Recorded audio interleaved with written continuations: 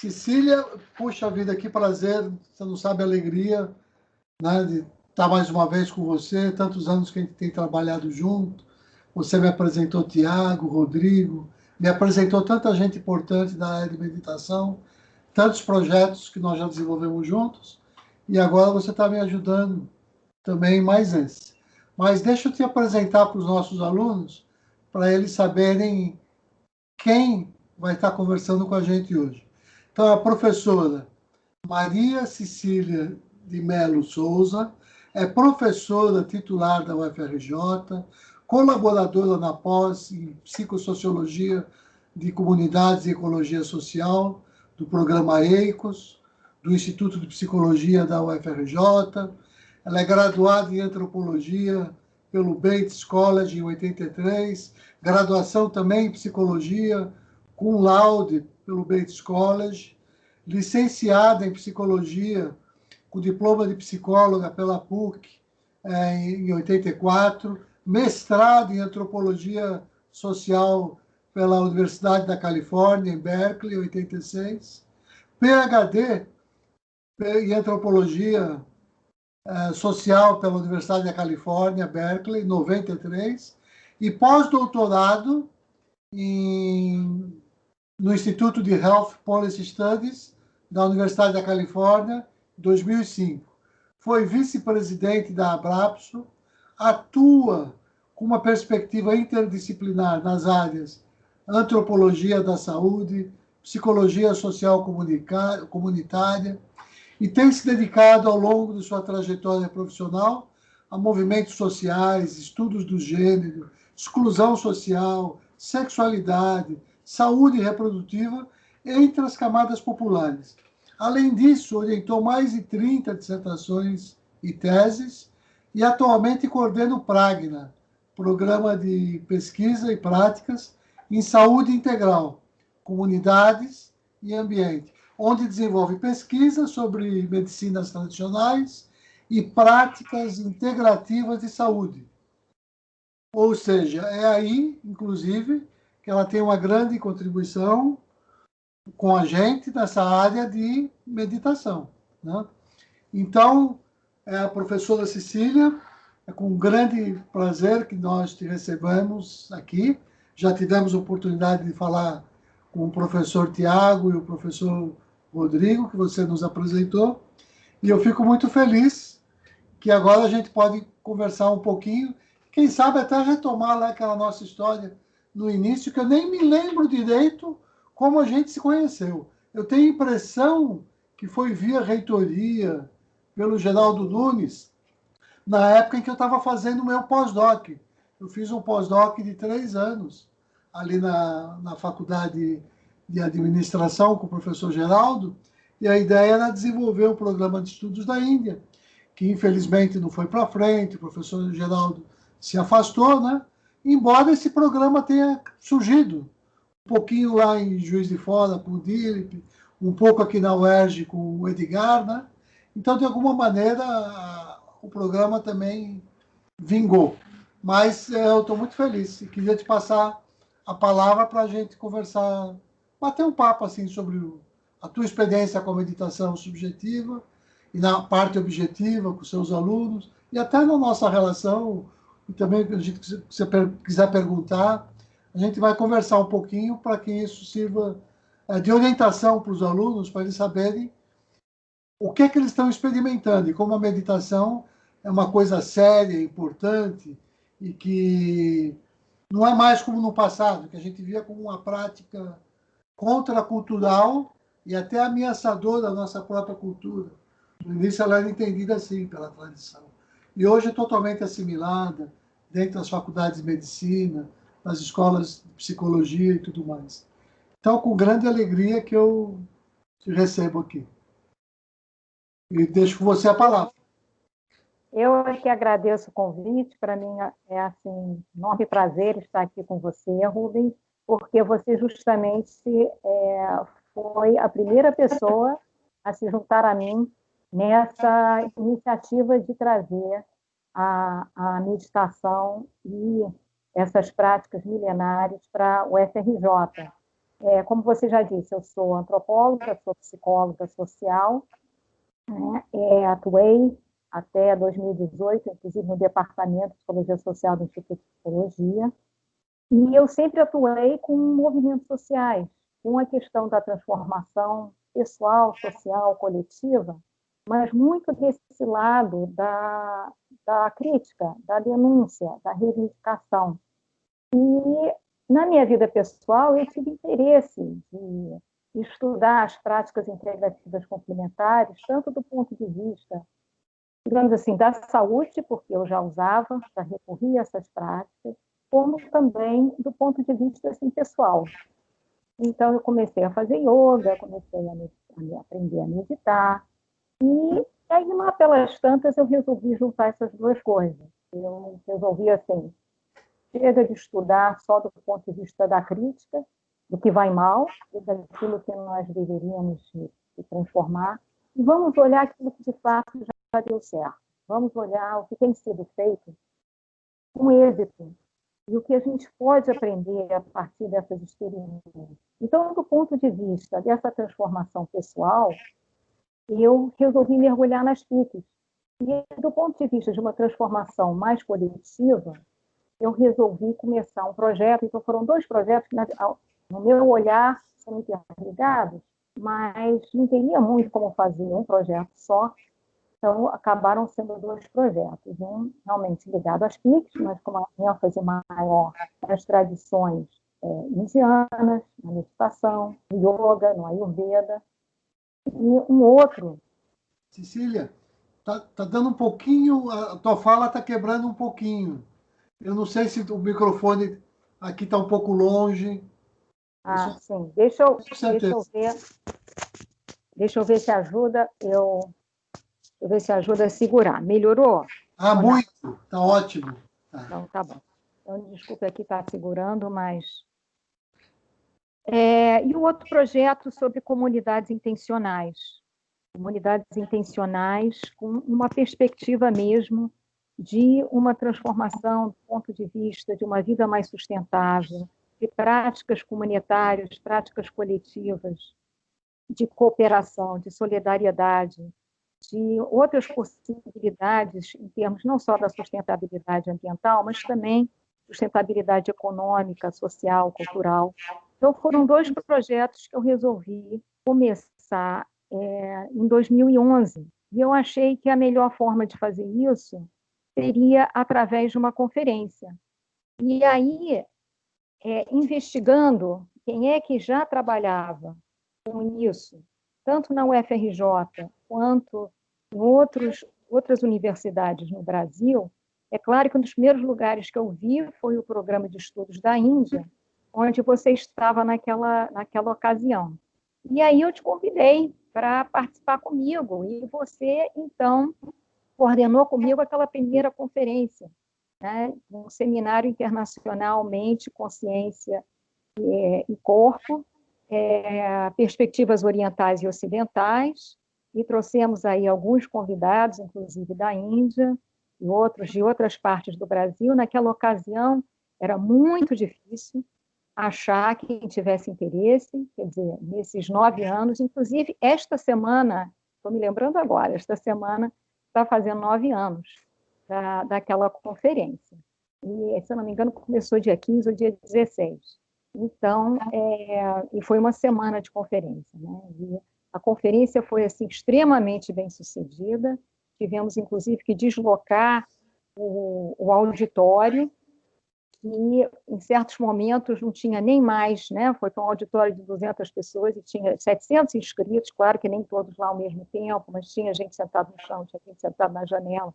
Então, foi aquela coisa que a gente viu, não só que havia uma demanda, mas que havia uma demanda do ponto de vista de um público externo à universidade, muitos profissionais com ânsia de aprender mais, e mesmo pessoas, né, que não eram da universidade, querendo aprender mais. Então, foi assim, a nossa primeira iniciativa, foi junto com você, depois, na segunda, você também participou, e aí já teve um enfoque mais em práticas integrativas de educação e saúde, e com isso, eu, então, deu uma certa visibilidade. Algumas pessoas que foram à conferência depois fizeram a seleção para a nossa pós-graduação, entraram no programa EIPS para fazer mestrado e doutorado comigo. Eu vou falar um pouquinho, então, desse nosso foco ao longo desses 9 anos. E então, o que nós fizemos? Quer dizer, trabalhamos nesses 2 projetos. Eu vou falar mais justamente da parte do projeto de medicinas tradicionais e práticas integrativas complementares, mas também foi muito interessante que nós vimos que nos projetos que eu orientei, né, de pesquisa sobre Ecovila, a meditação entendida aí de uma forma muito mais ocidental também fazia parte do cotidiano dessas comunidades, como também outras práticas integrativas complementares, mais assim ocidentais, inspiradas provavelmente nas orientais, mas realmente com uma perspectiva mais ocidental. E o que eu acho que assim tem a marca do nosso trabalho justamente tem a ver com essa minha formação em antropologia, em primeiro lugar, inclusive porque ela foi o que eu mais fiz a nível de formação, mas também da psicologia, né?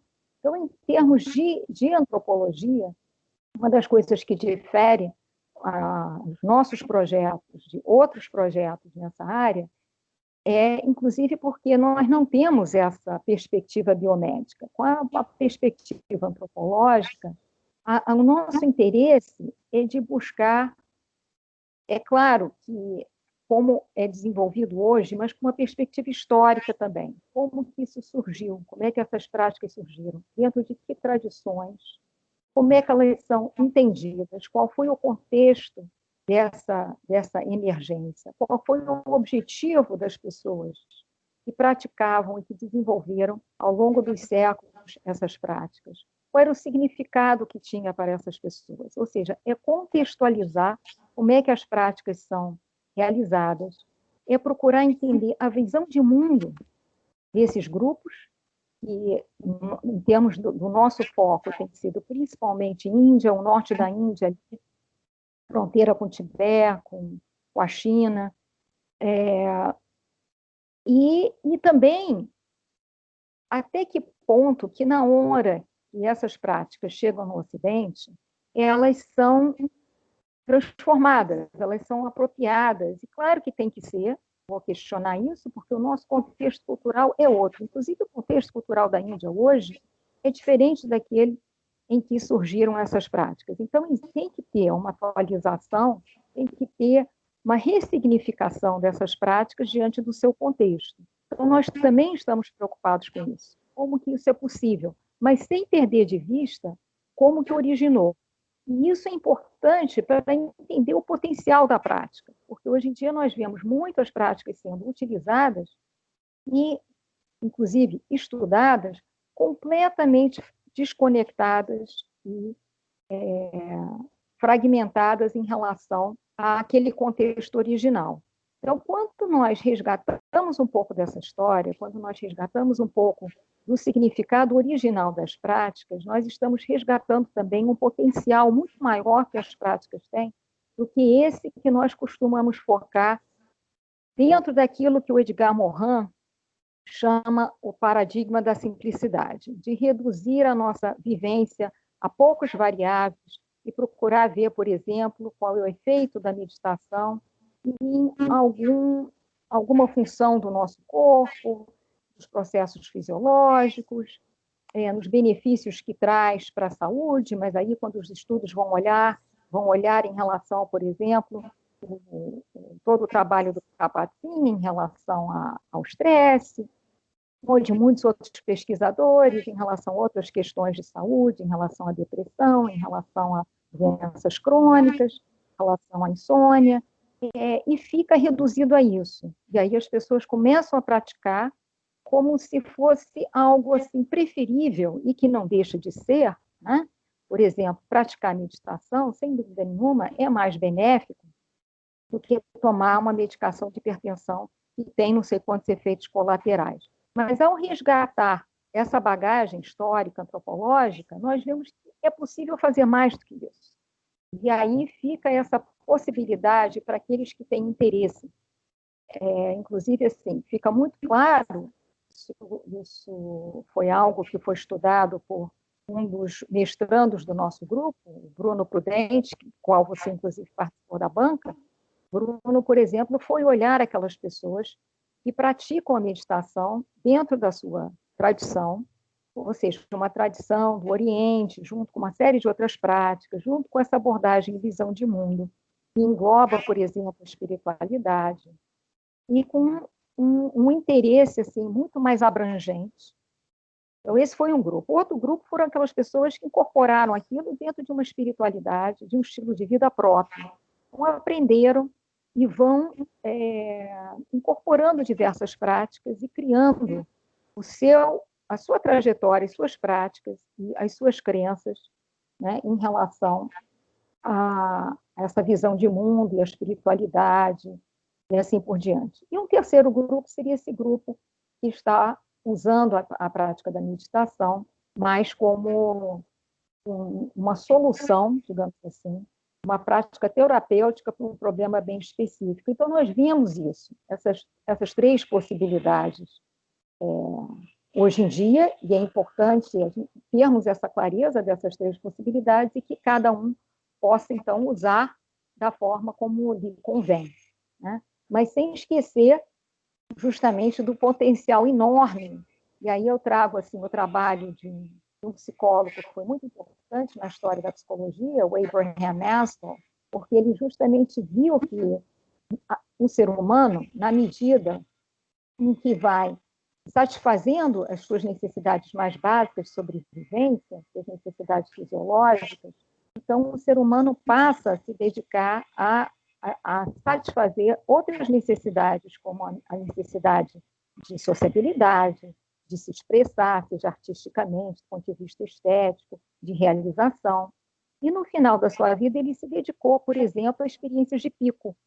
E entre as pessoas que ele foi pesquisar, ele estudou artistas, estudou místicos, né, praticantes de meditação, para estudar essas experiências de pico. Então, é possível, através dessas práticas, atingir o potencial humano de uma forma muito, muito mais elevada para quem deseja, do que simplesmente aliviar determinado tipo de problema, como a dor crônica, uma doença crônica, com estresse, com ansiedade, etc.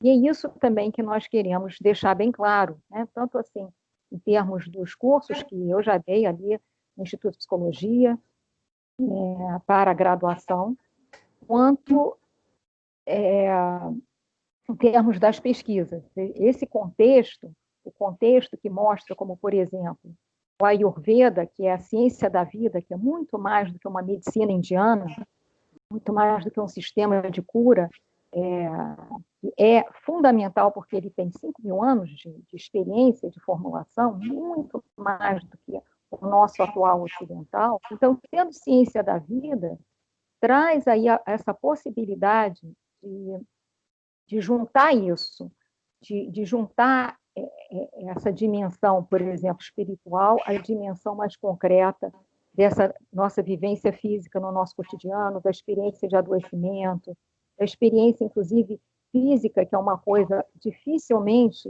abordada, a não ser que seja pelas práticas integrativas complementares, e é realmente um olhar mais sobre a energia do nosso corpo.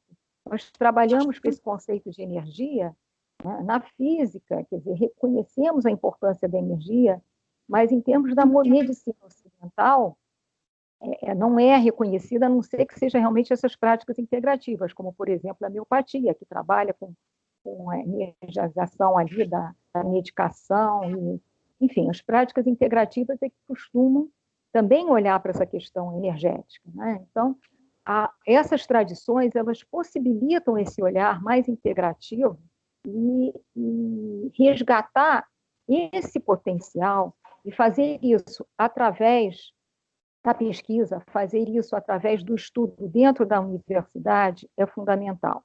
Então, nesse sentido, assim, poder resgatar os mestres que estão ali atuando em outro nível, tem uma sabedoria que não passa por um doutorado, por um mestrado, Eu acho que é uma sabedoria que tem uma formação distinta, é algo que o Brasil vem se dedicando quando fala nesse encontro dos saberes, quando fala em convidar esses mestres para dentro do espaço universitário, quando fala em convidar lamas e rinpochês e acharyas, né, para dentro desse espaço. Eu estou falando aqui das tradições orientais, mas é claro que em termos das nossas tradições brasileiras, isso é fundamental. Mães e pais de santo, os pajés, quer dizer, todos aqueles que detêm esses saberes tradicionais e que possam, que inclusive isso é um dos objetivos, né, nosso aqui na universidade, está ali no nosso programa de plano de desenvolvimento institucional, esse diálogo entre os saberes tradicionais e os saberes mais,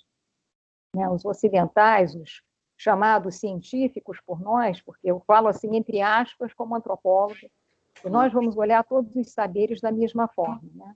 Não como um sendo mais ciência do que o outro, um sendo mais reconhecido, tendo mais base científica do que o outro. E que a gente possa fazer isso, que a universidade começou a fazer, a UFRJ começou a fazer, e que já vinha sendo feito lá fora há muito tempo. Quer dizer, na Europa e na América do Norte,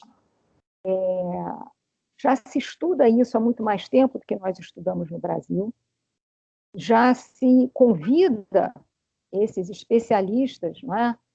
Muito mais tempo do que nós estamos convidando no Brasil. E, para mim, eu acho que para você também, para todos nós, é um grande prazer ver como esse movimento está crescendo, tanto na nossa universidade, como pelo Brasil afora. Como nós temos essa política nacional de práticas integrativas complementares, que vem a dar esse respaldo é tão importante a nível do SUS, do nosso sistema de saúde, e que aí vai ter implicações para a formação do nosso aluno, porque esse nosso aluno precisa, então, poder se formar nessa área para poder estar atuando no sistema de saúde, né? O sistema público de saúde, que é universal, que é acesso universal, que é fundamental, ou seja, todos os brasileiros, teoricamente, de acordo com essa política, deveriam ter acesso a essas práticas. Então, isso vem também a dar um respaldo enorme.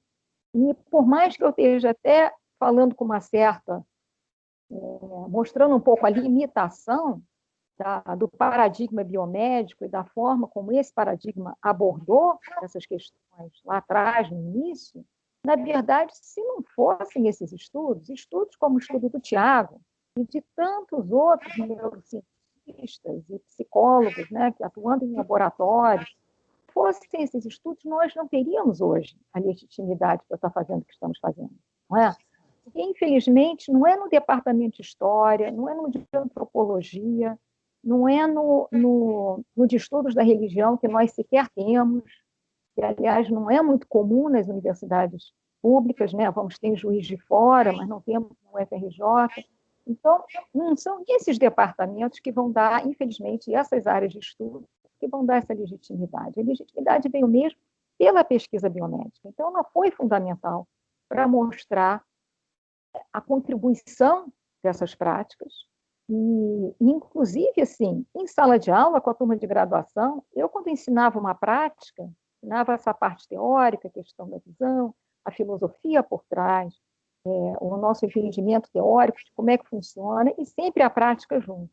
Eu ensinava as práticas e meus alunos diziam, isso eu já aprendi, né? Na terapia cognitiva comportamental, isso eu já aprendi. Já tive, assim, as pessoas me dizendo, não, eu fiz formação em hipnose, isso a gente também faz, na hipnose. Só que aí eles diziam mesmo, não é? Mas só que a gente não aprende isso, a gente não aprende que teve uma origem lá atrás, né? Não sei quantos séculos atrás, a gente não aprende que teve essa origem, né? Parece que é uma coisa que surgiu junto com essas terapias, inclusive a ACT é uma outra assim, bastante citada e comum, junto com essas terapias no século XX e no século XXI. Então, resgatar isso é fundamental também a nível do reconhecimento e do crédito que nós devemos dar para quem estava desenvolvendo essas práticas há mais tempo. Não é? É claro que é mais do que legítimo transformá-las para adequá-las ao nosso contexto. Eu não estou questionando isso. Mas, sem dúvida nenhuma, precisamos dar o crédito e o reconhecimento e mostrar a origem e mostrar o potencial dessas práticas. Então, nós temos trabalhado, em termos de projeto de pesquisa, mais com as tradições orientais não duais. A maioria do conhecimento tradicional, né, as sociedades tradicionais, todas elas têm uma perspectiva da nossa inserção na natureza, é muito mais de cooperação, de colaboração, de sermos parte dessa natureza, sem uma perspectiva bem recente no Ocidente, que é de dominar e de controlar essa natureza. Então, assim, isso é comum às sociedades tradicionais. Mas existe uma diferença importante entre aquelas visões de mundo e aquelas tradições que têm uma perspectiva não dual, que percebe uma separação entre o ser humano e o seu entorno, pelo menos assim a nível da espiritualidade, a nível do poder divino, a nível da necessidade de controlar, não como nós controlamos, de dominar, de explorar, de procurar ter aí um lucro econômico enorme, mas no sentido de se proteger. Isso é algo que nós vemos, por exemplo, no xamanismo, que nós vemos em diversas tradições religiosas ocidentais, né, de você conseguir agradar um Deus, uma divindade maior do que você e fora de você, para você conseguir essa proteção, para você conseguir evitar o mal e o sofrimento. E são os grandes desafios para o ser humano, né? Tanto explicar quanto vivenciar. Então, se dedicar a isso vem a ser fundamental. E é isso que, quando resgatamos a psicologia e a antropologia, nós estamos dando conta como que essas práticas podem nos ajudar em relação ao nosso sofrimento, em relação às nossas angústias, inclusive as angústias e o sofrimento e as questões existenciais. Não é só o sofrimento físico e mental, mas também as questões existenciais. E as abordagens não duais vão perceber que essa força e que esse, digamos assim, poder divino estão dentro de cada um de nós, que não está separado, não está ali num altar, uma divindade que está diante de nós e que nós estamos procurando, então, agradar ou conseguir a sua aliança e a sua proteção.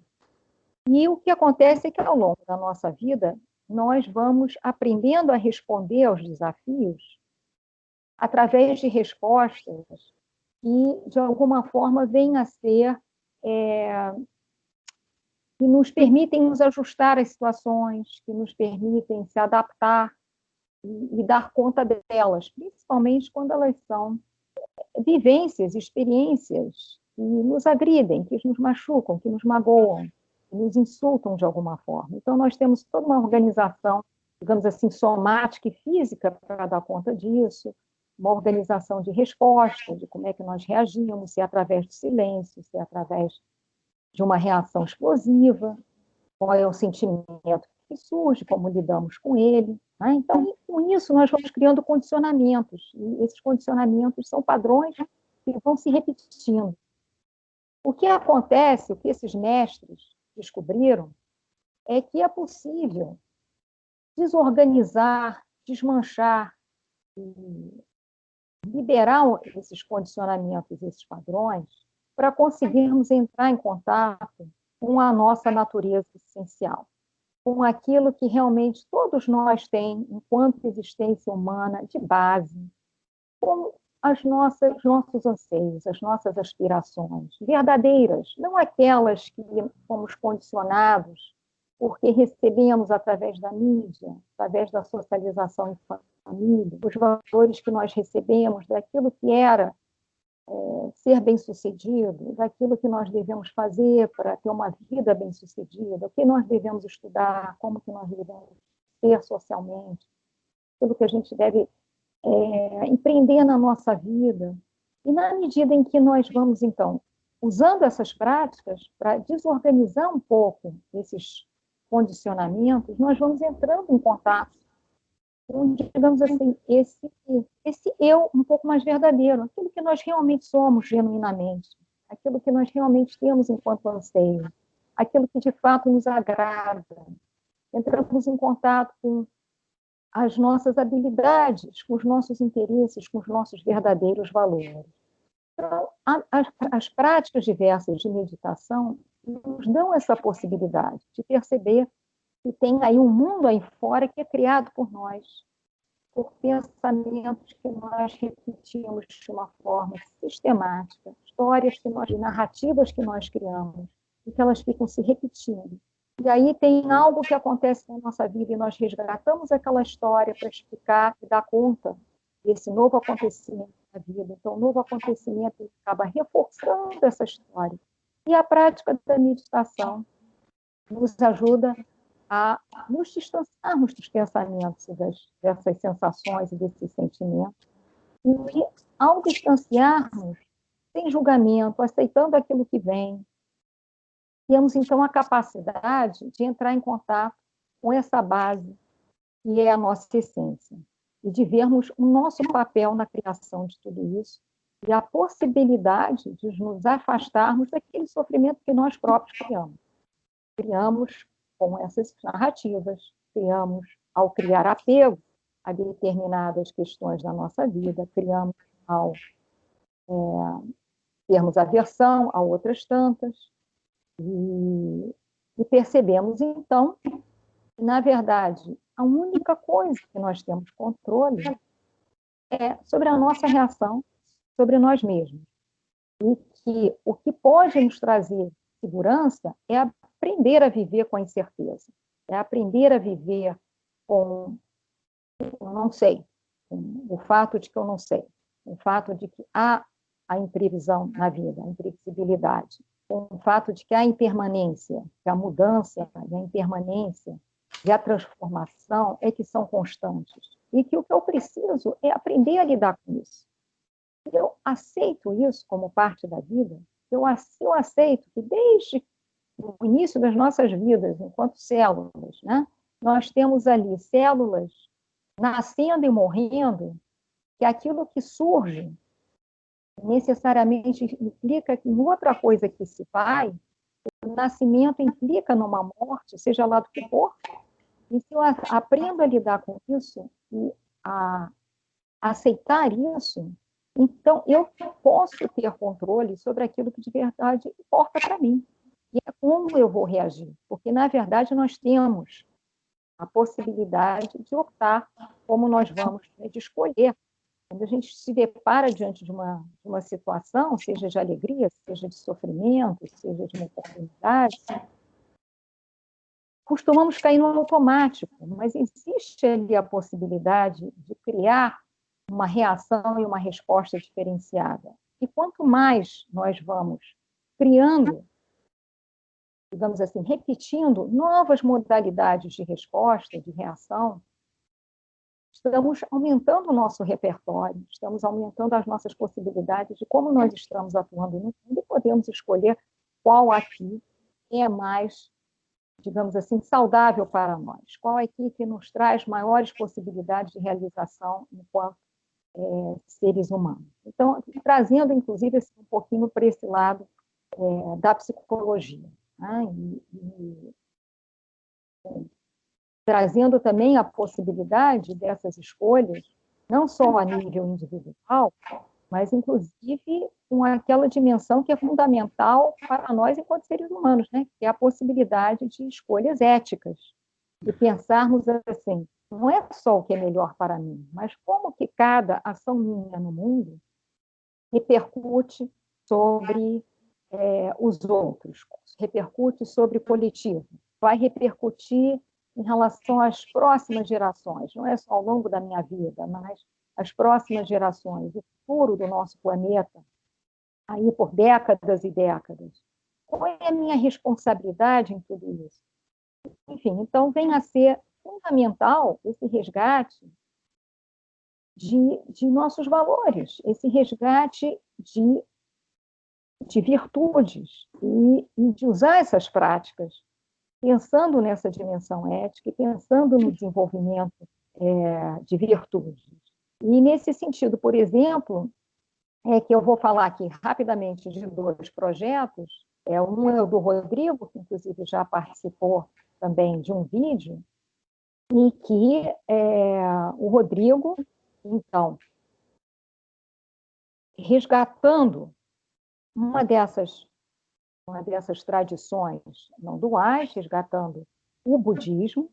O Rodrigo, então, trabalhou com a prática de atenção plena, que é também conhecida como prática de mindfulness, no ambiente corporativo, procurando ver como que a prática de mindfulness, e aí ele juntou, porque justamente nós vamos percebendo o que ainda falta, né, em relação aos estudos, porque essa área de pesquisa de mindfulness é vastíssima, e houve aí uma segunda onda, e a necessidade de justamente resgatar esse lado mais ético, resgatar as práticas de compaixão, e olhar para essa questão dos valores. Né? Então, o Rodrigo também criou algumas práticas para fazer isso, e levou o programa para dentro de uma empresa de tecnologia da informação, e viu não sei quantos resultados ao estar trabalhando com essas práticas interligadas. Né? Então, isso é um exemplo assim, do que o nosso grupo tem feito recentemente. O Rodrigo defendeu a tese esse ano, e a tese do Rodrigo está disponível aí no site do EIFES. E um outro estudo que eu vou citar, que é o da Fernanda Alcântara, é um estudo, eu já citei do Bruno Prudente também, não é? Enfim, tem outros alunos aqui que não faz muito sentido falar de todos, então eu vou falar daqueles que têm mais realmente uma ligação direta com essa disciplina.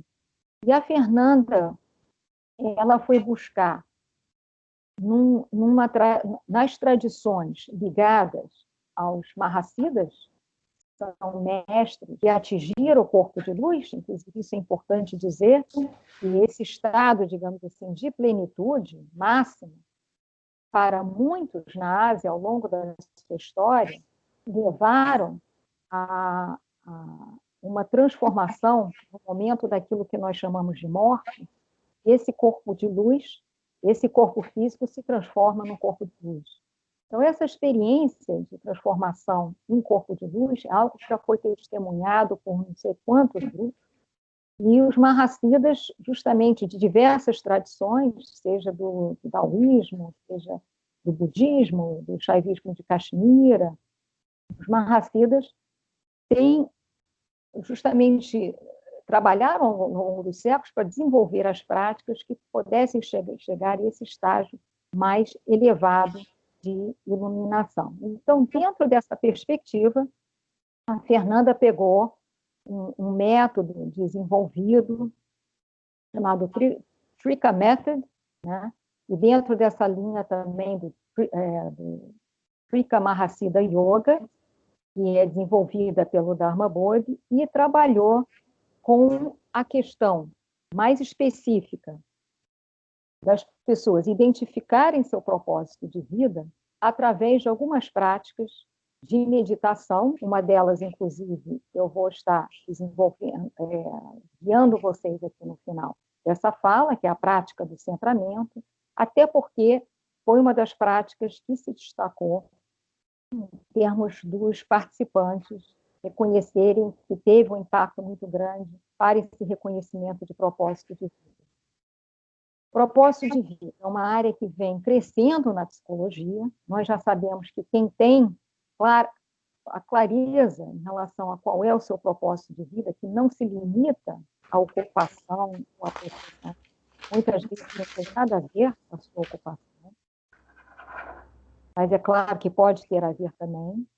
Não é a mesma coisa que sentido da vida, porque sentido da vida é uma coisa mais de curta duração. Muitas vezes hoje tem algo que me dá sentido à minha vida, e amanhã vai ser uma outra coisa. O propósito tem uma perspectiva a longo prazo, o propósito tem uma perspectiva de contribuição para o mundo, é aquela contribuição que eu percebo que eu estou dando ao longo da minha vida, e que nós sabemos que quem tem clareza sobre o seu propósito tem os mais diversos indicadores de saúde muito mais avaliados do que quem não tem.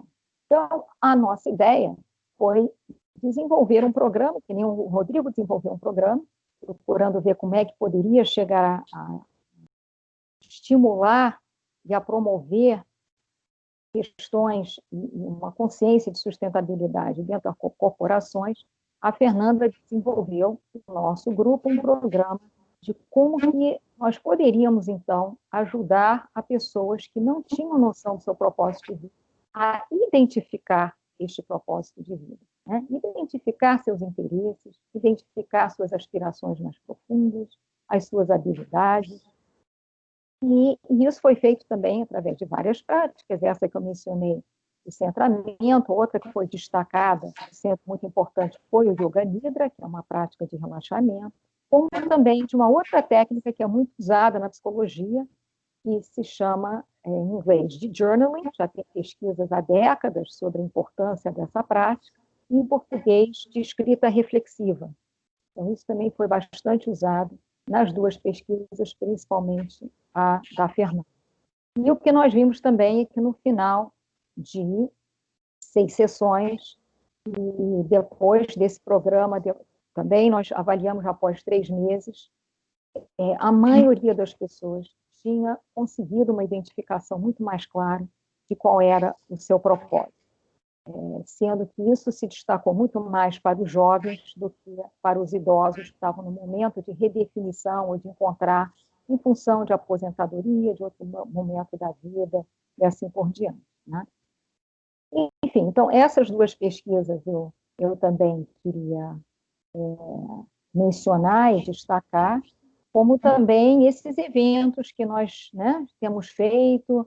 Importante mencionar aqui, como você já fez, a Rede PICs, que existe dentro da UFRJ, né, a Rede de Práticas Integrativas Complementares. Existe uma outra na UERJ, existe uma outra na Fiocruz, existe uma rede a nível estadual, uma rede a nível nacional. E vimos, de lá para cá, né, Rubens, desde aquela primeira conferência que nós organizamos em 2011, as PICs já estão tomando conta do SUS, estão tomando conta de práticas em muitas escolas, que na educação é outra área que também tem se destacado, nos consultórios. Mencionei aqui algumas terapias, mas mesmo fora dessas terapias, nós vemos essas práticas sendo usadas em consultórios de psicólogos, o que só nos alegra, que nos dá assim, uma alegria por ver que essas práticas estão ajudando as pessoas, que essas práticas estão conseguindo substituir formas mais tradicionais de estar abordando determinados problemas, estão ajudando as pessoas, até, inclusive, muito importante dizer, a nível de, não só da prevenção da doença, mas a nível daquilo que é um outro paradigma que é fundamental para nós, que é a promoção da saúde. Então, a gente se distanciar um pouquinho dessa ideia de apenas da doença como sendo central, e evitarmos e prevenirmos a doença, mas tendo o que seria um conceito de saúde mais abrangente, inclusive que fosse além desse lado simplesmente do bem-estar que a Organização Mundial de Saúde tem adotado, mas que fica muito abrangente, que fica muito vago, né? Mas que saúde seja realmente um estágio de plenitude, de realização, em todas as possibilidades que nós temos enquanto seres humanos, a possibilidade de escolha, possibilidade de desenvolver as competências necessárias até para ter essa escolha, né? Que a Amartya Sen bem coloca como desenvolvimento, como prática, né, da liberdade. Então, a possibilidade de liberdade de escolha e de termos as competências e todos os recursos necessários para fazermos essa escolha, cada um para si e todos nós juntos para a nossa coletividade, né? Enfim, então, pelo menos, eu acho que até eu já falei muito, eu não sei se você... Eu até gostaria muito que você complementasse, enfim. Claro. Falar aí como é que você está vendo. Eu estou vendo? Claro. Eu acabei de assistir a uma conferência maravilhosa. Eu fico muito feliz, porque foi muito mais do que um bate-papo. Foi uma verdadeira aula, foi um verdadeiro apanhado histórico do desenvolvimento dessas práticas aqui do Rio de Janeiro, na nossa universidade, né? citando tudo que de importante que aconteceu. Então, a primeira observação é essa, que isso foi uma verdadeira conferência, com a qual os alunos serão premiados, né? Algumas falas para os alunos, principalmente levando em conta que essa turma é da área mais de exatas, e eles estão começando, provavelmente, quando a gente diz práticas não duais, né, para eles não vai ficar um pouco vago, sabe? Então, talvez num segundo momento, antes da gente passar para a nossa meditação, queria que você falasse um pouquinho sobre o que é o não dual, né? E aí tem uma coisa muito importante que eu acho que você falou nessa relação crítica e também carinhosa de entendimento de que foi pela via médica que a meditação ganhou esse reconhecimento, alcançou a universidade, de certa maneira, isso com os seus com o ônus e com o bônus, vamos dizer assim, né? Teve um ganho e teve uma perda. E nessa perda, é porque, é claro, você tenta trazer a prática para o ambiente do que é laico. Mas aí você diz, numa segunda onda, olha que maravilha, eu começo a reinterpretar esse laico sem mais fazer parte daquela dicotomia sagrado e profano. Porque o laico agora, ele tem essa dimensão ética que remete à minha essência, ou seja, me reconecta com a minha essência, me reconecta basicamente com a ideia de sagrado. Então, daí as contribuições do Rodrigo, do ambiente corporativo, como você mencionou, e o trabalho fantástico, que eu vou querer conhecer um pouco mais, da Fernanda Alcântara, porque nada mais importante nesse exercício nós de nos aproximarmos de nós mesmos, né, do que a gente identificar o que são os propósitos da vida e qual é o nosso, né? E dentro da tradição sagrada, também sempre foi assim. Tanto que quando eu, dentro do próprio Mahabharata, do Manu Smith e de outros textos, né, você sempre fala em torno dos 4 grandes Purusharthas. Eu posso traduzir Purushartha como os 4 grandes propósitos universais, assim, do espírito ou do ser humano, né? Artha, a palavra final, posso entender como propósito também. Purusha, ou tanto como humano, homem, como espírito. Aí eu lembrando que, no geral, né, essa ideia de Artha, Dharma, Kama e Moksha. Aí eu posso elaborar. E dessas interligações todas, eu vou ter o meu Swadharma, né? A minha jornada pessoal, o meu caminho único, e aí o meu propósito de vida. Então, despertar isso, eu acho fantástica essa ideia, que é o projeto da... E outra coisa que você mencionou, que eu acho incrível, é que, de fato, quando a gente inicia essa jornada, essa trajetória, e se aproxima dessas práticas, a gente está se trabalhando. Ou seja, a gente está, de alguma maneira, nesse movimento do ser e de interser com os outros, de movimento nosso de amadurecimento, nós estamos nos modificando. Então, a gente vai deixando alguns hábitos e construindo outros hábitos, né? Então, isso são essas novas respostas que você estava mencionando, que vem com esse esforço da gente se redefinindo e se reencontrando, levando em conta essa realidade nossa, onde tudo é impermanente, com certeza, né? Então, eu acho assim, a minha ideia, quando eu for apresentar isso para os meninos, se eu conseguir aprender essa ferramenta, tem uma pessoa que talvez vai me ajudar, talvez dê tempo. Chama H5P. É pegar esse seu vídeo e cada vez que você falar uma palavra importante, o vídeo para, aparece uma pergunta para os meninos, em algum lugar vai ter que responder, e o vídeo só segue depois que ele responder, a pergunta certa, por exemplo. Ou então ele vai comentar, ou o vídeo vai estar dividido em alguns tópicos, que depois remete para uma pesquisa, né?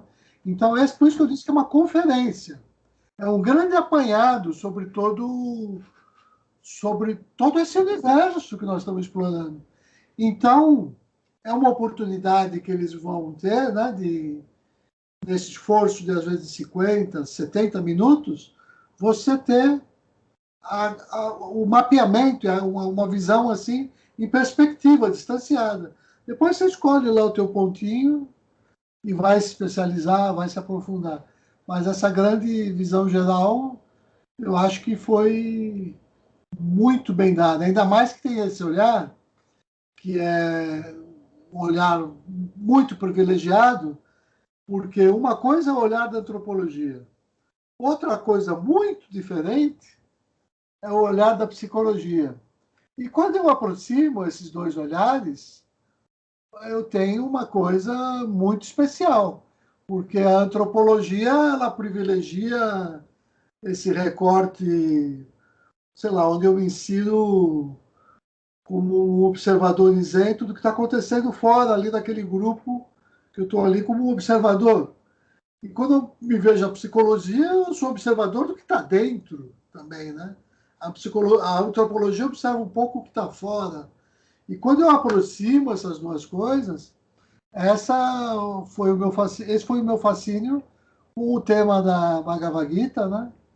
Que ela abre já com esses dois termos, Dharma Kshetre, Kuru Kshetre, ou seja, o campo do Dharma e o campo dos Kurus. O campo do Dharma é o campo da consciência, da psicologia, da ética, do que está dentro, e o campo dos Kurus é o campo onde essa existência fenomenológica, com todas as suas lutas e contradições, tem lugar, é o campo de batalha.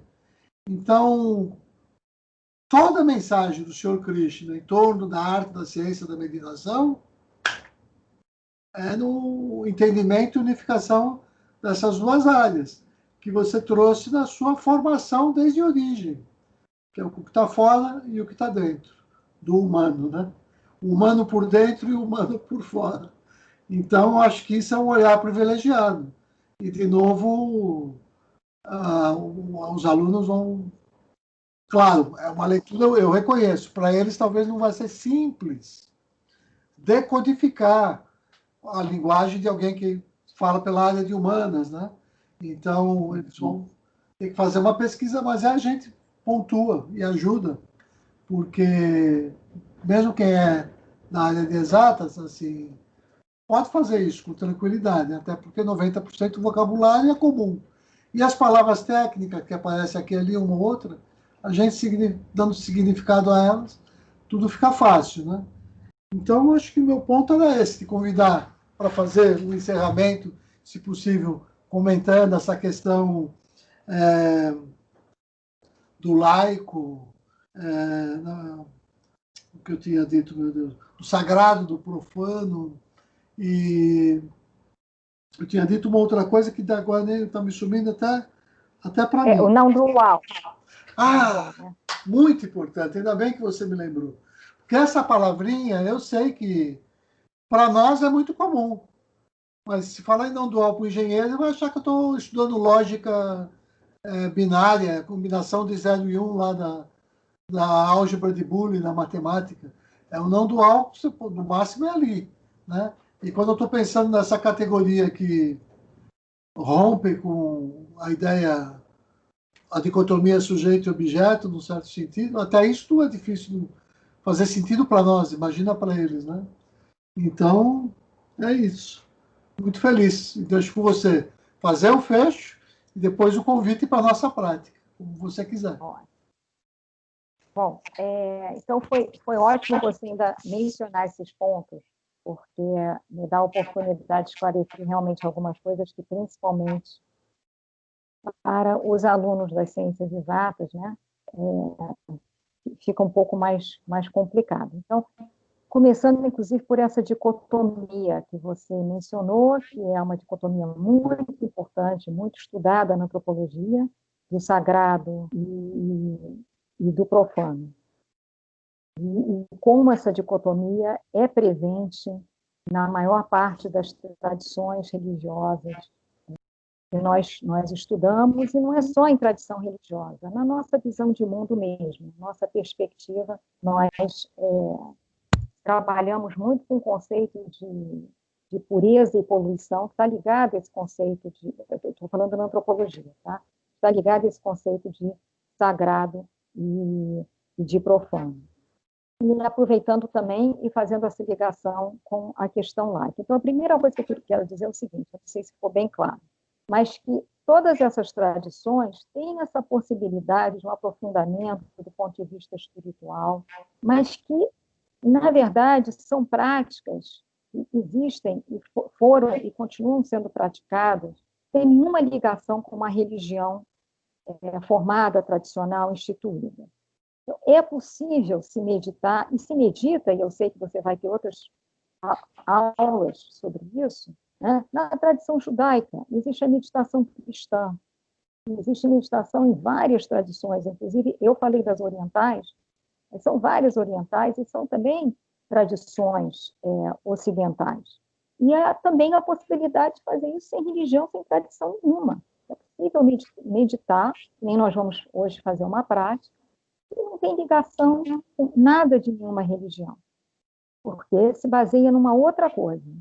Então, essa questão do sagrado e do profano, dessa separação entre sagrado e profano, a primeira coisa que eu queria dizer é isso, nós não precisamos trazer o sagrado para essa prática, nós não precisamos pensar que serve ou deixa de servir, porque existe aí uma dimensão sagrada. Eu queria deixar claro que o sagrado vai e pode ser uma possibilidade para aquela pessoa que escolhe e que escolhe a sua maneira. Não precisa estudar e se converter para esta ou aquela religião para conseguir dar conta disso, mas que é uma possibilidade ou não, porque existe a prática laica da forma como ela tem sido usada nas escolas, nas clínicas, nos consultórios, na forma como o SUS apresenta ela, e como nós costumamos apresentar também quando nós estamos, né, dentro da universidade. A não ser que a intenção seja de apresentar dentro de uma tradição religiosa. Agora, em geral, o que nós vemos, assim, em termos de antropologia, o que dá força e dá assim, um movimento importante, em termos daquelas pessoas que são praticantes de uma religião, é esse movimento entre sagrado e profano.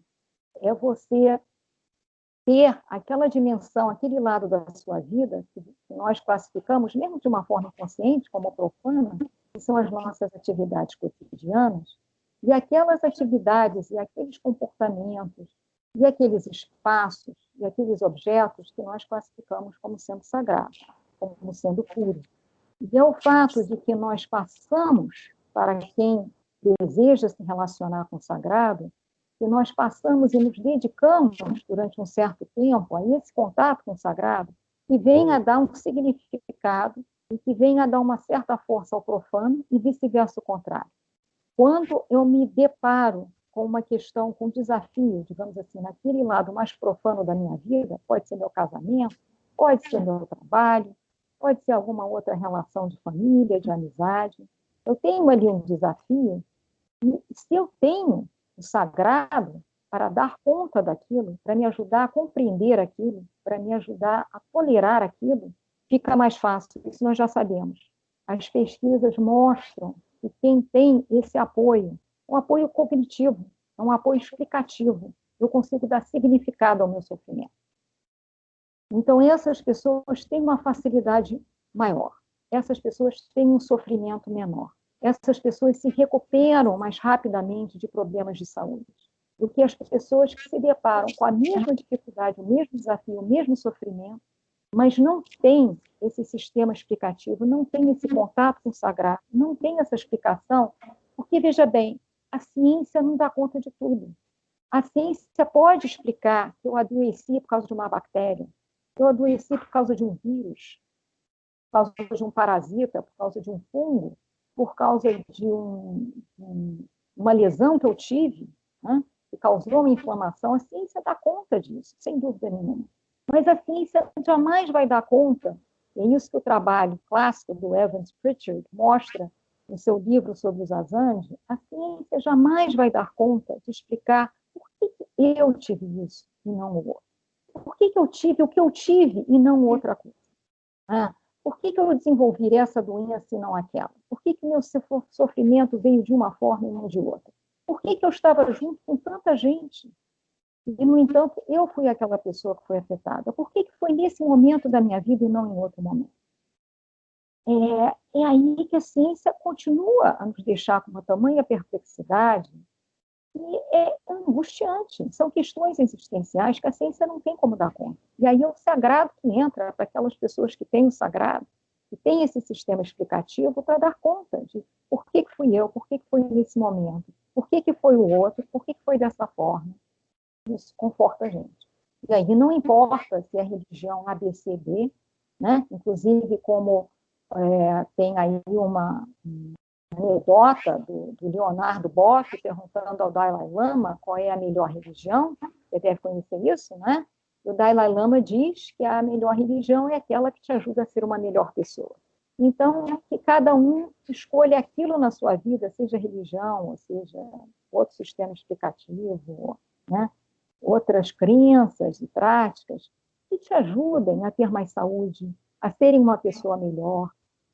É isso que nós estamos aqui querendo, não queremos assim promover mais tradições orientais do que ocidentais, não é nada disso, né? Ou que haja um aspecto espiritual para aquela pessoa que não é ligada nisso, mas é mostrar aquilo que nós sabemos, que de fato quem tem essa relação com o sagrado, do ponto de vista das pesquisas científicas, quem tem uma religião, quem tem esse sistema explicativo, consegue ter um conforto e um alívio em relação às grandes questões, né, existenciais do mal e do sofrimento, e outras pessoas que não têm, não conseguem. Então, isso assim, E quando nós vamos olhar as tradições não duais, essas dicotomias não são percebidas da mesma forma. Ou seja, a nossa existência nesse mundo não tem aquele lado que é profano, por exemplo, a nossa sobrevivência do dia a dia, o fato que nós precisamos nos alimentar, ou no fato que nós precisamos ganhar a vida, e aí nós vamos trabalhar para ganhar dinheiro. Isso tudo, numa certa perspectiva, seria profano. Nessa perspectiva não dual, nós estamos aqui, e nós temos uma existência material e física, não é algo a ser superado, não é algo a ser reprimido. Claro que tem tradições que vão dizer isso, que nós temos que transcender o nosso corpo, as demandas do nosso corpo. E vemos isso, inclusive, historicamente, por mais que, por exemplo, o cristianismo não esteja mais fazendo isso, já fez isso, né? De você superar, de você conseguir, então, dar conta através do sofrimento, através, né, de conseguir dominar as necessidades físicas, mesmo, por exemplo, da fome, da alimentação, do sono. Essas tradições vão dizer, não, se nós temos essa existência física, essa material, essa existência é um meio de conseguirmos evoluir enquanto ser humano, evoluir enquanto, né, espiritualmente, e temos que perceber tudo isso com potencial e com a possibilidade de vivenciar o sagrado. Como eu posso estar presente na hora que eu estou me alimentando? Como é que eu posso estar mais presente e trazer o sagrado para a minha vida e não ter essa dicotomia entre profano e sagrado, entre eu e o outro, entre eu e o objeto, né? Eu não estou dizendo que não existe aí uma separação entre eu e o laptop está aqui na minha frente, entre eu e você, Rubens, não é?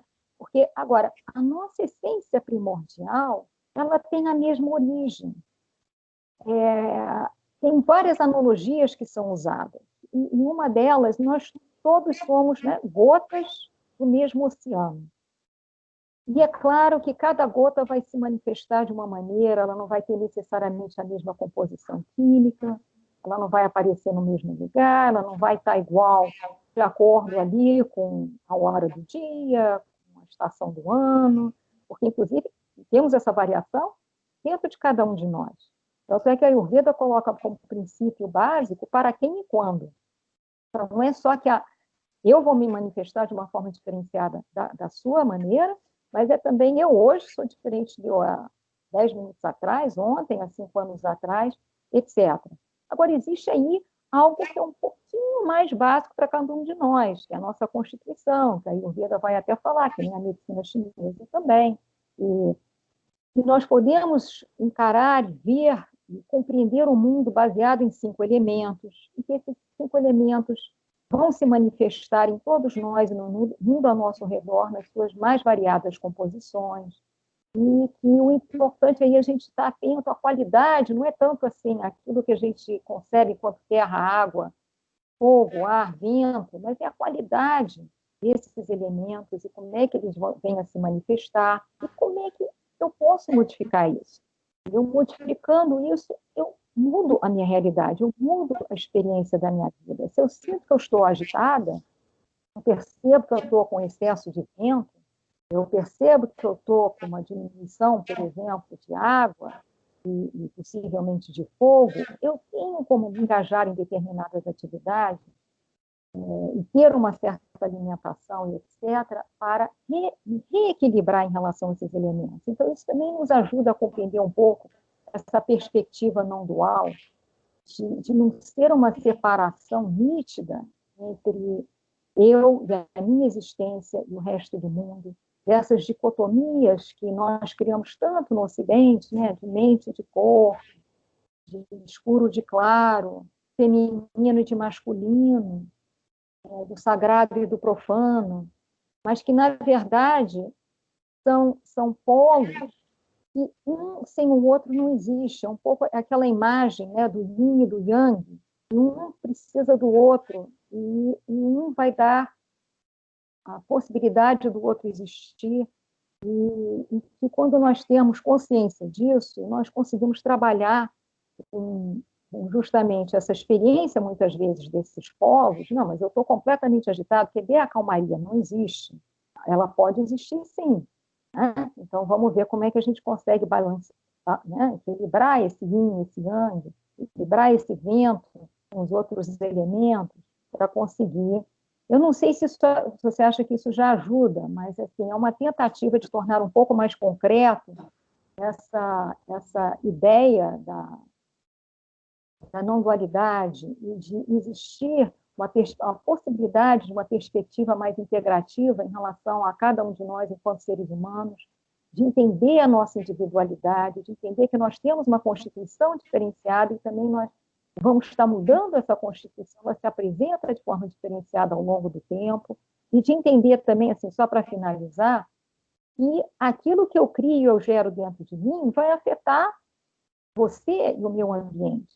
Voltando para a ideia da energia, e até pegando aí a área que não é minha, mas que eu faço questão de mencionar, né, para ficar um pouco mais claro aí para os alunos, que a física quântica explica bem isso, a teoria do caos explica bem isso, né, que uma borboleta bate as asas de um lado do mundo e do lado do mundo pode acontecer um tsunami. E cada um de nós tem uma forma de atuar que vai, sim, estar atuando através da minha fala, do meu pensamento. Eu estou criando uma energia, essa energia está, de alguma forma, afetando o que está ao meu redor, as pessoas, os átomos, as moléculas. E cada um tem essa possibilidade de atuação. Eu até um exemplo fácil, assim, bem simples de entender, né? Que você vê com essa pandemia, a gente está assistindo agora o campeonato de futebol. E aquela coisa de jogar em casa e jogar no campo do outro, não tem mais diferença. Quando tinha torcida, se você faz a pesquisa assim, estatística, quem joga em casa tem uma chance de ganhar muito maior do que quem joga na casa do adversário. Por quê? Sim. Por causa da energia da Exatamente. torcida que contagia quem está em campo. Ou você se inflama, se motiva, ou se acanha. Então é claro que tudo é energia, motivação, depressão, euforia. São estados de energia que a gente entra em função das experiências do ambiente, né? Eu acho que foi incrível a sua fala, não podia esperar melhor. E essa ideia de falar em dicotomia, lembrando que não pode haver essa essa visão assim tão sagrado, profano, né? Até em física a gente tem uma coisa interessante. Você pega um ímã, ele tem um lado que é o sul, outro lado que é o norte lá, né? Se eu cortar ele no meio, o sul e o norte reaparecem. Se eu corto ele no meio, o sul e o norte reaparecem. Ele é uma coisa, ele é só uma... Ou seja, eu tenho, não é que eu estou, quando eu corto um do outro, como se eu estivesse isolando essas duas realidades. Aquilo que eu chamei, está aqui, ó, sagrado e profano, eu vou ficar só com o sagrado agora, cortei. Então, no ímã, se eu for chamar de sagrado polo positivo, esse lado dele, de novo, se divide no meio, um positivo e um negativo. Faz parte de cada pedacinho dele essa ideia de polaridade, mas é uma polaridade que está integrada naquela unidade, ela é indissolúvel. Quer dizer, não são todos os tipos de ímã, não conheço muito de física, mas eu sei que esse é um fenômeno que acontece na física e que é uma ilustração para essa ideia. Não adianta eu querer separar uma coisa radicalmente, porque isso sempre está ali presente de uma outra maneira para mostrar para a gente que o profano e o sagrado são as duas faces de uma mesma moeda, que é a experiência de estar aqui no mundo, como você falou, nesse corpo, e nos valermos dele para chegarmos à nossa realização como pessoa e tudo mais, né? Então, desculpa, acho que eu te cortei, Cecília. Não sei se Não, você... não, não me cortou, não. Foi ótimo. Não, eu já acabei mesmo. Já acabei. Estou até, eu acho que, excedendo aí meu tempo. Então, Eu achei assim, essa fala foi incrível. E é interessante como tudo vem se casando muito bem nesse período PLE e as falas também. Você mencionando a meditação judaica e cristã, ontem eu fiz uma live com o professor Edgar Leite. Você conhece, né? Ali essa, no Pende. Pois ele falou exatamente dessa dimensão. Mas aí ele vai para os termos latinos, do sentido do que é meditar, do que é contemplar, né? E mostra como esse sentido que veio pelo cristianismo, na verdade, também uma adaptação de alguma coisa que já vinha lá da Torá hebraica e tudo mais, né? Então, mas que aquele sentido, que é esse que você trouxe, de uma espécie de entendimento desse sopro divino, desse vento que anima tudo, né? Está presente em todas as culturas como universal. Eu só brinquei assim um pouco com ele que foi a partir de 1800, 1800 e pouco, que esses termos, meditação, eles deram um salto assim. Eles existiam na nossa cultura, mas eles não tinham o destaque que eles passaram a ter depois desse intercâmbio mais forte, quando os textos orientais passaram a ser traduzidos, a partir de 1785, com a tradução da Gita, das Upanishads, e aí depois os textos budistas e tudo mais, você foi construindo uma espécie de reflexão que era um pouco novidade para o Ocidente, embora existisse, é verdade. Nos nossos místicos, a gente pode voltar a toda a tradição mística, a gente encontra experiências muito próximas, né? Então, achei interessante que até isso nós resgatamos hoje. A gente falou sobre as tradições orientais e um pouco dessa, que é mais próxima aqui de nós ocidentais. Então, eu achei perfeito. E estou curioso para fazer essa experiência de uma meditação sobre a sua condução, para a gente encerrar o nosso encontro de hoje, né? Você acha? A gente pode fazer para finalizar esse encontro, né? Fica até bom, né? Não precisa sim, essa. podemos.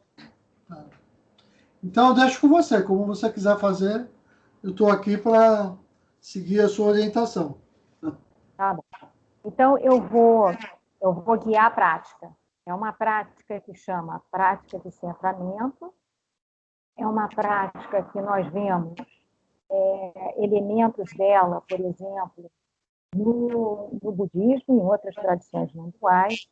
Nesse formato, ela foi desenvolvida por Dharma Bodhi, e um dos motivos que eu escolhi essa prática, que ela foi usada por nós em pesquisa, mas também por ela, justamente, ela enfatizar essa questão da não separação entre mente e corpo. Então, é uma coisa assim tão difícil para nós ocidentais. Então, esse centramento de nós nos centros, principalmente, que nós estamos também aqui falando dentro da universidade. Então, na universidade, nós temos assim a tendência a enfatizar muito o lado mental, e essa prática de centramento ajuda um enraizamento maior no nosso corpo, na nossa essência e no nosso centro. É basicamente isso. Prática que nos ajuda a nos centrarmos. E aí, destacando assim, a possibilidade, resultados que nós já vimos, eu falei aqui da pesquisa da Fernanda de propósito de vida, né, ajudou muito as pessoas que integraram a pesquisa a conseguirem se conectar consigo mesmos a tal ponto de ajudar a identificar esse propósito. É uma prática que ajuda as pessoas a terem maior concentração, por exemplo, antes de estudar, de realizar qualquer tarefa. Uma prática que pode ser feita de uma forma extremamente breve, poucos minutos, onde você estiver ao longo do dia, como também pode ser feita de uma forma um pouquinho mais longa, no início do dia, no final do dia, como a pessoa desejar. Né? Então, assim, para dar essa introdução, eu queria só explicar que não precisa ser feito exatamente da forma como eu estou colocando aqui, ela pode ser mais prolongada, ela pode ser mais abreviada, de acordo com o tempo que a pessoa tem e a necessidade que a pessoa tem naquele momento. Mas uma das coisas que justamente ela ajuda muito é esse centramento entre corpo, mente e espírito. O ideal é sempre procurar um lugar silencioso, mas a ideia também é conseguir desenvolver essas práticas de tal forma que você consiga fazê-las em qualquer ambiente. Então, pode estar barulhento, pode ter aí vários outros estímulos, e, no entanto, você consegue se centrar, apesar desses estímulos externos. Então, a ideia não é criar um ideal de, se eu não tiver o silêncio, se eu não tiver sozinha num canto, eu não vou conseguir fazer. Consegue sim, é uma questão só de treinar, e, na verdade, é até bom chegar a esse ponto, porque aí você está conseguindo justamente aquilo que as tradições nos mostram. Né? Nós não temos controle sobre a nossa vida, nós não temos controle sobre nada em relação ao que acontece no mundo, mas nós temos controle como nós vamos reagir a tudo isso. Então, a ideia é se centrar e se, digamos assim, equilibrar internamente para nós conseguirmos escolher qual é o estado emocional, o estado mental, o estado de espírito que nós queremos estar para ir ao encontro daquilo que acontece na nossa vida. Com essa pequena introdução, então, eu vou pedir a vocês para fechar os olhos, né? E respirar lentamente, procurando sentar com uma coluna ereta, de uma forma confortável, a coluna alinhada com a cabeça, o ombro relaxado, relaxando especificamente a testa, a barriga e os ombros, onde nós acumulamos muita tensão.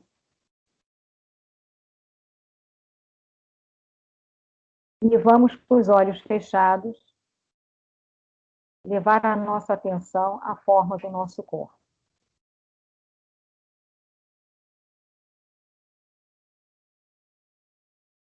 Vamos respirar lentamente,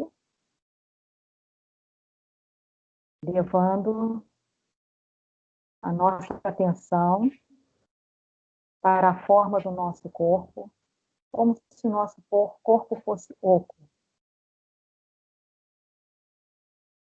Se vier algum pensamento que venha te tirar desse foco, que venha te distrair, é só você liberar o pensamento e trazer o seu foco de volta à forma do seu corpo.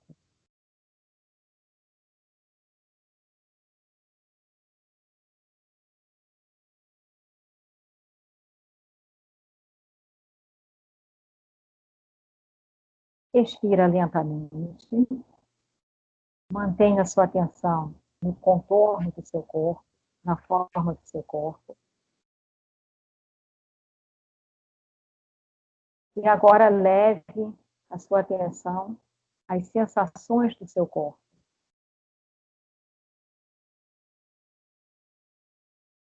Sinta as sensações de peso ou de leveza, de calor ou de frio, de contração ou de expansão e relaxamento. Sinta onde está tenso.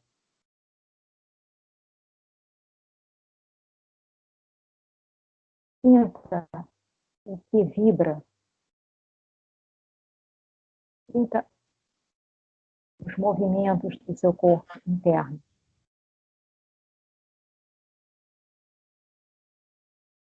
Deixe as sensações virem à tona.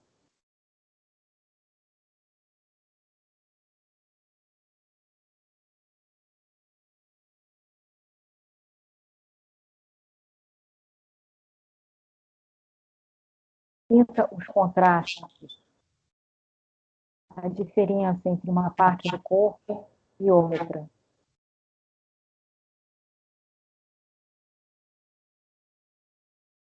Ao levar a sua atenção às sensações do corpo, você está retornando para a sua base. Você está se centrando.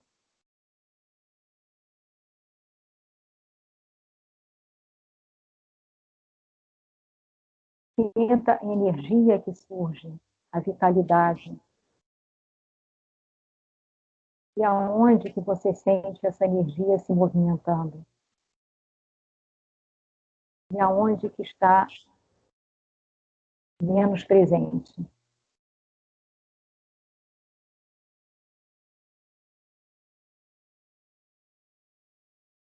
Não elabore sobre as suas sensações. Não categorize, não analise, não dê nome. Simplesmente deixe as sensações surgirem e leve sua atenção a elas. Sem interpretá-las, sem julgá-las, sem tentar explicá-las. Sem elaborar pensamentos. E os pensamentos surgem, libere-os e volta a atenção à forma do seu corpo e às sensações que estão surgindo.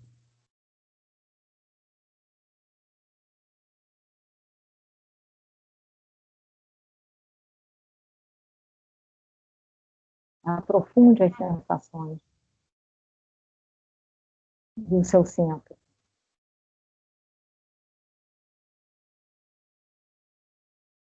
É o seu refúgio quando você se desperta, quando você perde o seu foco.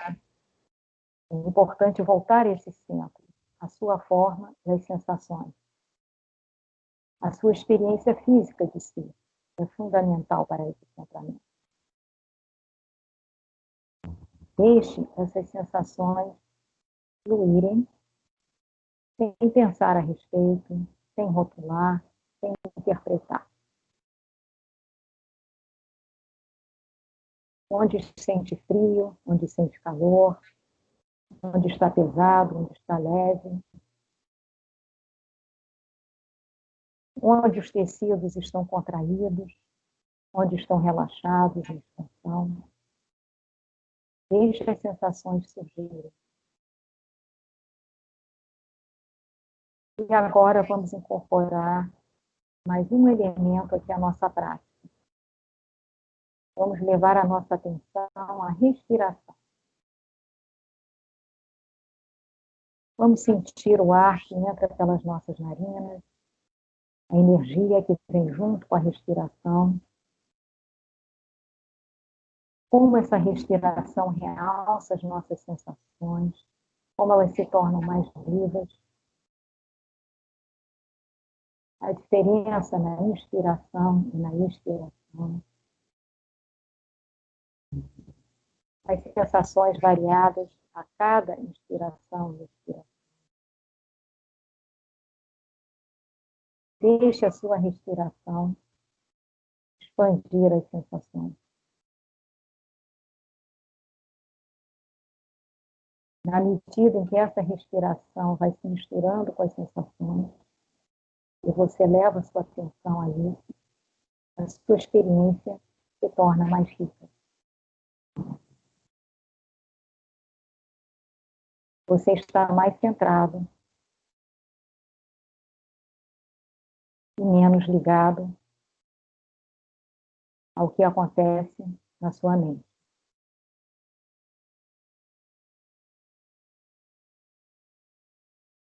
Vamos agora expandir, indo além do contorno e da forma do nosso corpo, das sensações do nosso corpo, e vamos levar a nossa atenção aos sons ao nosso redor. Vamos perceber como os sons fazem parte das nossas sensações. Se mantenha ancorado ou ancorada na forma do seu corpo, nas sensações corporais, na sua respiração, enquanto você foca no som ao seu redor. Integre esses sons como uma ponte e se mantenha centrado.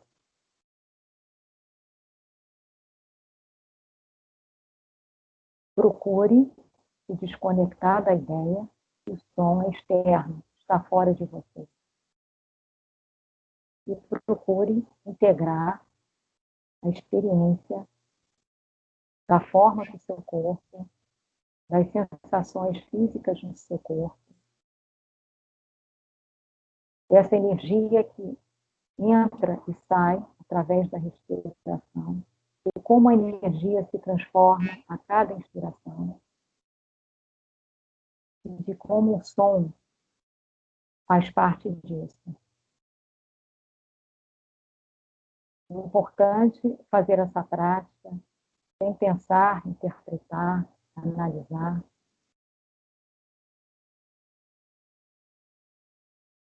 E cada vez que há um pensamento que se tire do seu foco, e você deixa esse pensamento passar, assim como um vento ou uma nuvem, e que você volte a sua atenção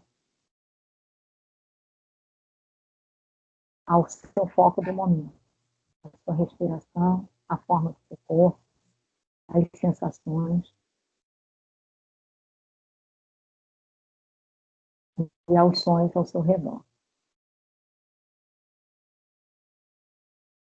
Aos poucos, vai abrindo os olhos, quando se sentir pronto.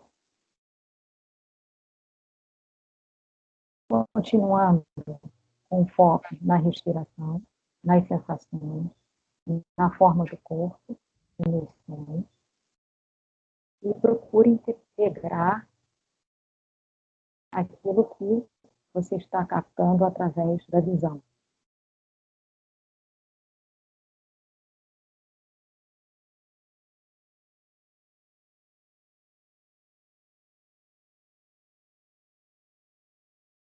Focando na inspiração e na expiração, focando naquilo que surge no seu corpo, em todas as sensações, seja com estímulos internos ou externos.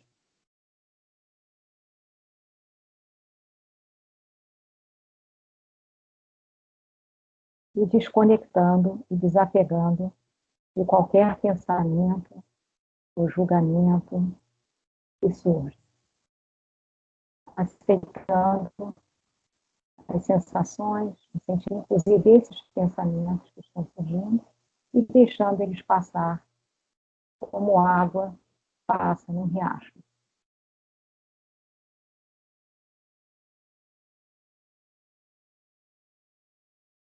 E quando vocês estiverem prontos,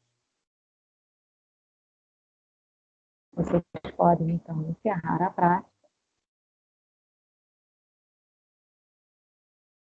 e podem fazer essa prática do tamanho que quiserem, passando mais tempo em cada etapa dela, se quiserem, fazendo de uma forma mais breve, quando tiver menos tempo,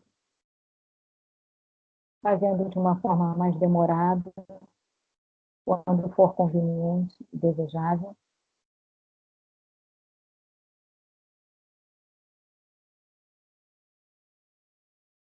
E, no final, integrando cada vez mais os estímulos do seu ambiente. Então, eu espero que essa prática venha ajudar vocês, que ela faz justamente uma das coisas que é importante nessas práticas não duais, que é a integração do corpo. Não é superar as limitações do corpo, mas é integrar o corpo com o espírito, com a mente, nos ajudar a nos centrar. É uma prática que, nos relatos que nós ouvimos, tem ajudado as pessoas das nossas pesquisas, inclusive o nosso próprio grupo de pesquisa, a começar cada atividade do seu dia, seja no início do dia, seja no final do dia, seja logo antes de uma situação estressante, ou simplesmente antes daquele cotidiano de vou começar a trabalhar, vou me centrar antes para eu conseguir fazer um trabalho de uma forma mais centrada. Né? E o relato é que as pessoas conseguem, de fato, ter um foco muito maior, é algo que se chama em psicologia positiva de flow, de fluxo, é aquele engajamento na sua atividade, flow, em inglês, e fluxo, em português. Quando você se centra, você entra nesse estado que os psicólogos dessa área da psicologia positiva chamam de flow, de fluxo, e você tem uma concentração muito maior, você tem um engajamento muito maior, você tem um prazer muito maior naquilo que você faz. Então, se centrar venha te ajudar nas tarefas mais básicas, cotidianas, corriqueiras, como naquelas também mais importantes, antes de fazer uma prova, antes de fazer uma apresentação, numa situação onde há uma certa ansiedade.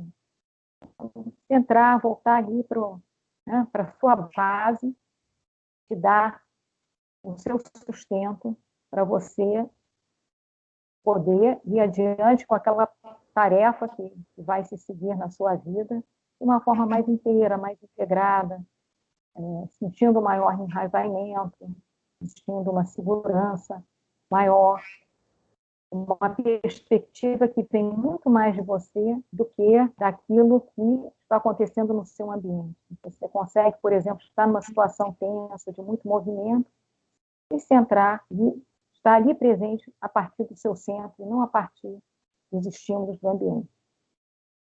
Então, espero que ajude a vocês e que vocês consigam ver assim, que nas mais diversas situações, mesmo quando você não consegue fechar os olhos, mesmo sem as pessoas perceberem, é possível voltar a esse centro. E isso te dá assim, aquela base, aquele enraizamento para o que você tem que fazer na sua vida. A minha experiência com a prática foi extremamente agradável e poderosa. E, de verdade, a gente sente isso. Porque durante o nosso dia, eu sempre começo o meu dia com as minhas práticas de meditação. E tento manter ao longo do dia. Mas o dia tem muita distração. E é normal que, por mais que a gente esteja assim, tentando esse estado, a gente acaba se distanciando um pouco, se afastando, ficando descentrado. E eu me preparei assim para a nossa reunião e estava me sentindo concentrado. No entanto, quando eu parei para pensar só nisso, eu percebi que a prática me levou a esse lugar de centramento e que eu não me encontrava tão centrado quanto eu imaginava. Porque à medida que você foi dando as pontuações, as lembranças, muito legal a ideia do limite do teu corpo, né? Do contorno do corpo, e você sentindo como ele está reagindo, o peso, o calor, os incômodos, depois a respiração, as sensações e a integração com o ambiente, né? De fato, depois de fazer isso, a gente tem que estar centrado. E esse centramento, ele tem um valor universal, porque eu não conhecia essa prática com esse formato assim, que eu atesto e reconheço como preciosa. Eu conhecia parecidas, com resultados também próximos, né? Agora, assim, e muito, como é que eu vou dizer? O jeito, tudo que é mais belo é quando ele é mais simples. Então, a simplicidade que, que é que tem esse poder de te colocar nesse estado, que deveria ser simples, mas não é, isso mostra a potência da prática, né? Então, uma coisa assim que parece tão despretensiosa, uma palavrinha simples, pensa aqui, e de repente você encontra o seu alinhamento, o seu eixo, né? E, de fato, eu experimentei isso. Eu atesto que, que essa prática, não tenho dúvida que não é à toa que ela faz tanto sucesso, porque é a primeira vez que eu faço e eu já percebi que ela tem poder. Imagino se eu me aperfeiçoar nessa arte, que me aperfeiçoei em outras. Então não foi nessa, né? Imagino se me aperfeiçoasse nessa, os benefícios que eu não poderia ter. Porque eu ainda tenho um monte de problemas, mas muito. Tem dia que eu não controlo, vamos dizer assim, eu tenho taquicardia. De vez em quando o coração fica maluco. Não igual o Mayakovsky, gostaria que fosse, mas não é, né? Não sei se você conhece o verso de Mayakovsky. Em minha anatomia Sim. pouca, né? Eu sou todo coração. Queria que fosse. Algumas vezes até é. Mas quando esse coração que está lá, quando eu sinto um coice aqui assim, ó, eu falo, ai meu Deus. Todos os meus anos de experiência, e às vezes vão horas até eu controlar tudo, sabe? E de repente esse outro instrumento que a gente viu hoje, estava pensando aqui, por uma situação como essa, pode ser útil para mim. Às vezes eu não tenho isso. Às vezes eu estou trabalhando muito e muitas horas, daqui a pouco a respiração trava aqui em cima, fica curta, né? A relação do prana com a apana, né? De repente você fica entupido de apana, e aí aqui é aquela quase não respira, é coisa da ansiedade, ou se você bobear pode até passar a hiperventilar, né? Então, todas essas experiências, de vez em quando, apesar de todas as minhas práticas, eu ainda experimento. Lá no passado, há muitos anos atrás, eu mencionei, acho que para o Rodrigo, não me lembro, ou se foi para o Tiago, acho, que eu tive síndrome do pânico, né? Por muitos anos, muitos anos. E o meu primeiro tratamento foi na UFRJ, com o pessoal do behaviorismo. Estava começando aí naquela época. Acho que isso foi 1991, 92. Assim, foi uma coisa que me pegou totalmente de surpresa. Ou seja, nós estamos sujeitos a isso enquanto não alcançamos essa. Então, às vezes a gente fala em prática, muitos anos de prática, né? Eu faço desde 74, muitos anos de experiência. Mas não é a quantidade de horas de meditação, é a nossa qualidade, a nossa atenção. Isso é que é um grande diferencial. E esse cuidado da gente ir aperfeiçoando, aprimorando, continuamente aprendendo. Isso é que é o que conta. Hoje eu aprendi essa prática poderosa, que eu posso incorporar na minha própria disciplina, não custa nada. Como você falou, não custa mais do que, junto com as coisas que eu já faço, são mais 2 ou 3 minutinhos para não lembrar dessa palavra centramento. Então, eu achei incrível a prática. E a gente tem que dar um destaque disso de alguma maneira, lá no curso, no projeto, ou pensar como fazer essa parte. E depois, quem sabe, com a Fernanda, a gente vai aprender um pouquinho mais sobre os resultados que ela obteve também. De minha parte, Cecília, eu estou muito feliz e satisfeito com a nossa reunião. Queria saber se você quer falar umas palavras para a gente encerrar já. Assim, essa nossa fala, olha só, bateu todos os recordes. Não sei se eu vou ter que dividir. Nós estamos com Pois é, eu até pensei nisso. Meu Deus do céu, eu estou aqui extrapolando, certamente eu acho que a minha é a mais longa. Valioso, muito valioso. A média está 50 minutos, 55, né? Essa deu 1h40, mas é material riquíssimo. A gente não pode perder nenhuma linha daqui. No limite, a gente divide em 2 partes para os alunos. De repente, faz uma primeira parte, essa eles, e segunda parte. Né? Você quer fazer o encerramento, falar umas últimas palavras? Não, só quero, sim, só te agradecer pela oportunidade, né? Te agradecer por sua contribuição através dessa disciplina na UFRJ, a importância disso, como todas as suas contribuições. E né, assim, a possibilidade de mais uma partilha com você é uma coisa muito legal. Então, eu agradeço essa oportunidade e